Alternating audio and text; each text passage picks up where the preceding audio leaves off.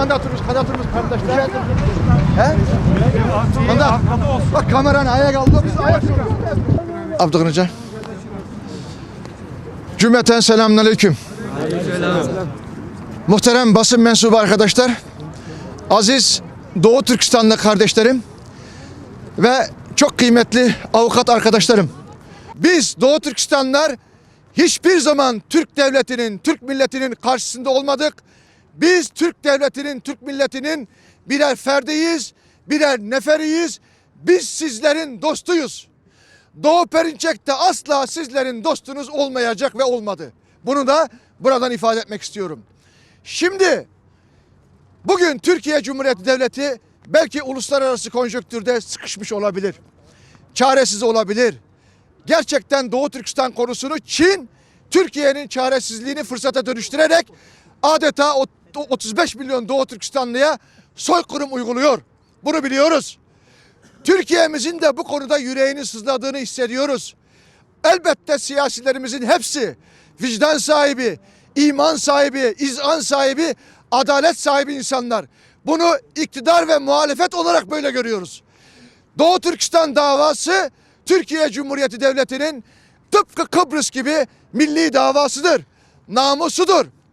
Bugün ama Türkiye'nin 35 milyon Doğu Türkistanlı'nın Çin'in soykırımına maruz kaldığı bir dönemde bu kadar sessiz kalması, bu kadar suskun kalması, ekranlarda Doğu Türkistanlıların tek kelime soykırımıyla ilgili bahste bulunmaması ve itiraz edemediğimiz, sahip çıkamadığımız Doğu Türkistanlılara Doğu Perinçek gibi Mao'cu, komünist ve Çin'in temsilcisi olduğunu iddia eden bir şahsın iftira ve yalanları, hezeyanları bizleri rencide etmekte. Biz şuna üzülüyoruz. Sayın Cumhurbaşkanımızın samimiyetine inanıyoruz. Bütün dünya zulme karşı sussa biz susmayız dediği sözün doğru olduğuna da inanıyoruz.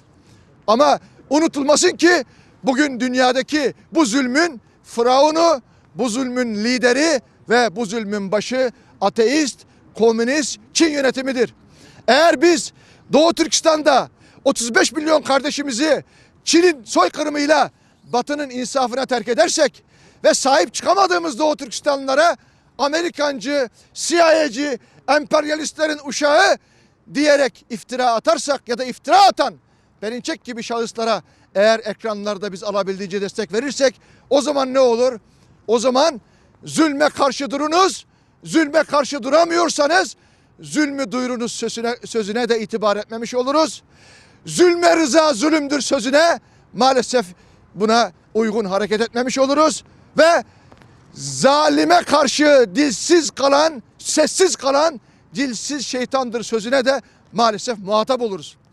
Ben burada şunu söylemek istiyorum.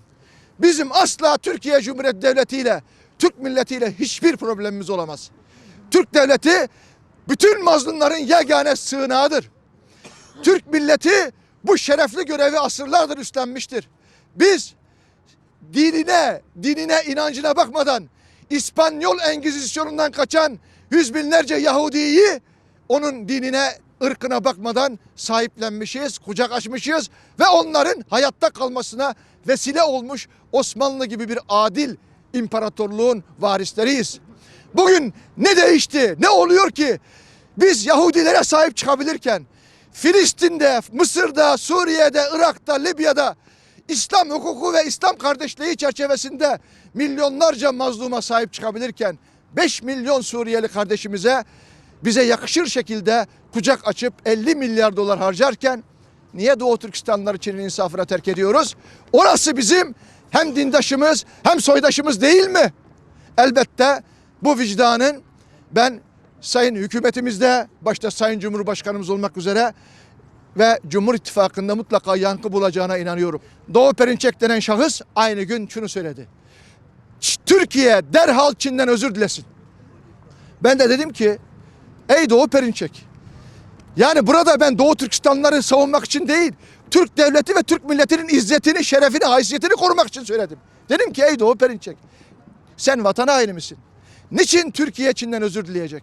Bugün Çin'den özür dilemesiyle Türkiye şeref ve haysiyetini yerle yeksan edecek. Sen bunu nasıl diyebilirsin dediğim için beni mahkemeye verdi. Bugün bunun duruşması görüldü. bugün bu mahkemedeydik. Savcı Bey sağ olsun oradaki mütalasında bunun fikir ve vicdan hürriyeti olarak değerlendirilmesi gerektiğini öne sürdü. Hakim Bey de 15 Nisan 2020 tarihine saat 11'e mahkememizi erteledi. Avukat arkadaşlarımız da bizim bu beyanatımızın demokratik bir ülkede insan hakları bağlamında bir fikir hürriyeti olduğunu ve beraat etmemiz gerektiğini belirttiler. Buradan aklanarak Türk adaletinin kararıyla Doğu Perinçek'e o söylediğim sözün tescilleneceğine ve tescilli bir şekilde o söze layık olduğunu da ilan edeceğiz inşallah 15 Nisan'da. Buna inancım tam.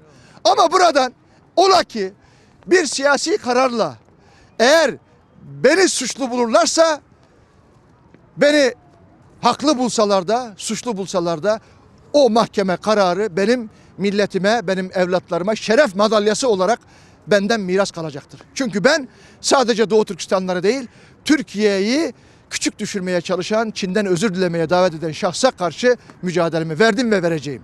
Bundan hiçbir zaman geri adım atmayacağım. Bugün aslında Seyit Tümtürk yargılanmıyor. Bu davada bir bakıma Doğu Türkistan'da gerçekleşen soykırıma dur diyen herkes yargılanmaktadır. Bu nedenle biz burada yalnız olmadığımızı görüyoruz ve bundan çok mutluyuz. Ve yargılama ile sınırlı olarak şöyle bir şey söyleyeceğim. Bizim temel iddiamız Sayın Doğu Perinçek bir siyaset adamıysa söylediği her şeyin doğru kabul edilmesini beklemesi boşuna bir beklentidir. Bir siyasetçi daha gerçekçi olmalıdır. Ayrıca Doğu Perinçek, Doğu Türkistan'da gerçekleşen soykırımı örtbas etmek için hemen hemen her gün asla kendisinin bile makul olarak inanmayacağı bir takım gerekçelerle Çin güzellemesi yapmaktadır. Ve kendisini eleştiren herkesi şikayet ederek yargılanması yönünde girişimlerde bulunmaktadır.